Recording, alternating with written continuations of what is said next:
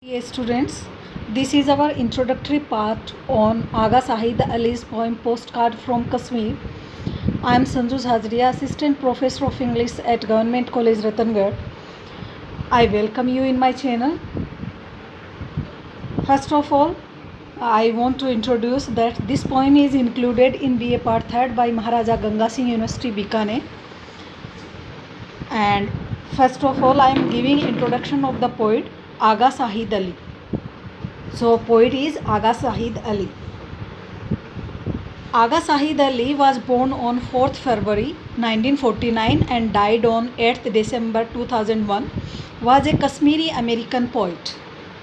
His collections include A Walk Through the Yellow Pages, The Half-Inch Himalayas, A Nostalgist's Map of America, The Country Without a Post Office, Rooms Are Never Finished, the latter a finalist for the National Book Award in 2001.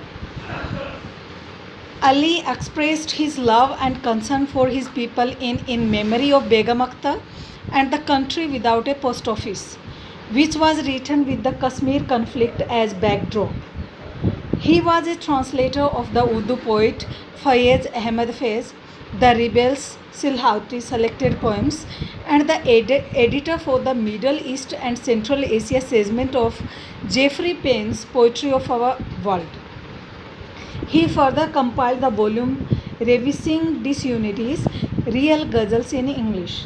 His last book was Call Me Smile Tonight, a collection of English ghazals, and his poems are featured in American Alphabet's 25 contemporary poets. So this collection was published in 2006 and other anthologies also published after that. Ali taught at the MFA program for poets and writers at University of Massachusetts Amherst, at the MFA writing seminars at Bennington College, as well as at creative writing programs at University of Uttar, Baruch College, Warren Wilson College, Hamilton College, and New York University. So he taught in many colleges and universities. He died of brain cancer in 2001 December and was buried in Northampton in the vicinity of Amherst, a town sacred to his beloved poet Emily Dickinson. And now, introduction of the poem. As you know, poem is Postcard from Kashmir by Aga Sahid Ali. The poem Postcard from Kashmir presents the poet's nostalgic feelings about his homeland. So poet is becoming nostalgic in this poem about his homeland. His homeland haunts his imagination and he longs to feel and talk about it in this poem. So he wants to feel and talk about his homeland. The poem is the introductory poem of his anthology titled Half-Inch Himalayas.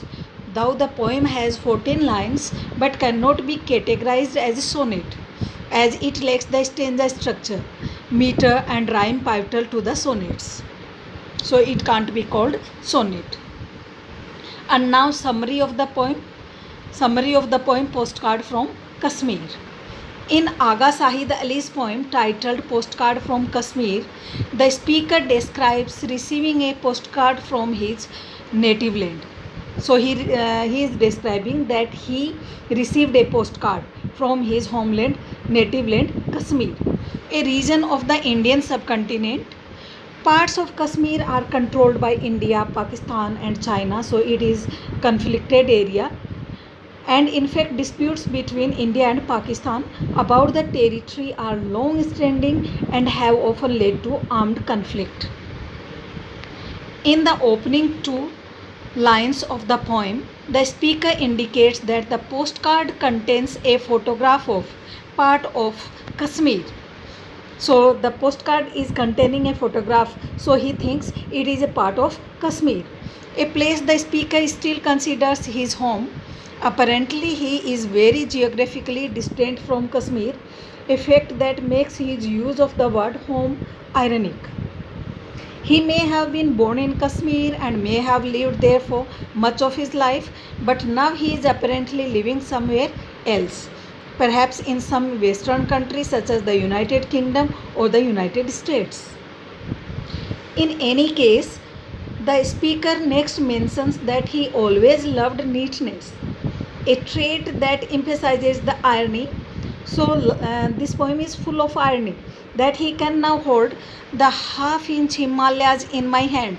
So, he compares the postcard with half-inch Himalayas he is holding in his hand. The massive mountain range has been reduced to a small, tidy picture, which is surely not the kind of neatness the speaker truly desires. One of the most impressive aspects of his homeland has thus been shrunken and made to seem far less impressive and significant. Although the speaker holds the postcard, he has in more literal ways lost touch with the land he loves.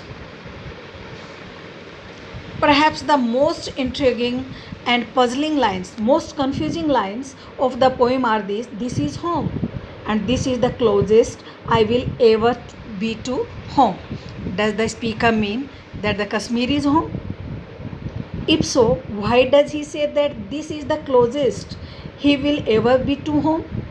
One might assume that he means that he is unable to return to Kashmir, and so the postcard must suffice as a poor substitute. So postcard is compared with Kashmir, and he is sufficed as a poor substitute for an actual visit. In the very next phrase, however, the speaker seems to contemplate an inevitable return.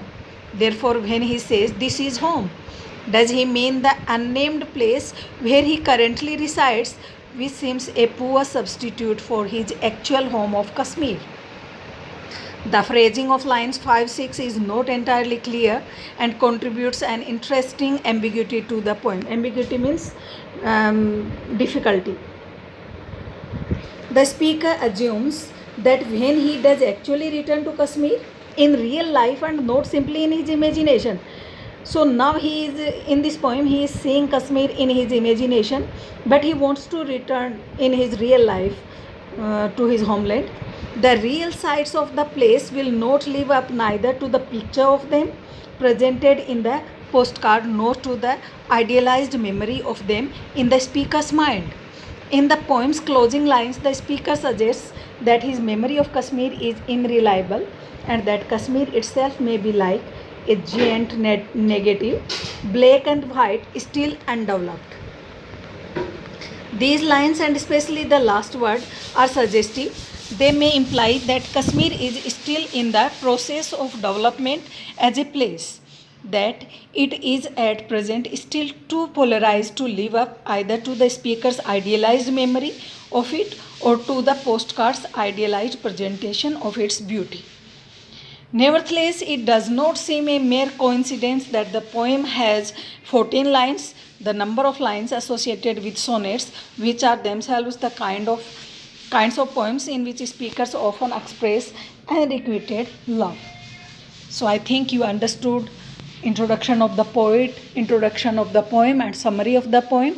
And in my next video, I will explain this poem line to line. So thanks for watching this video.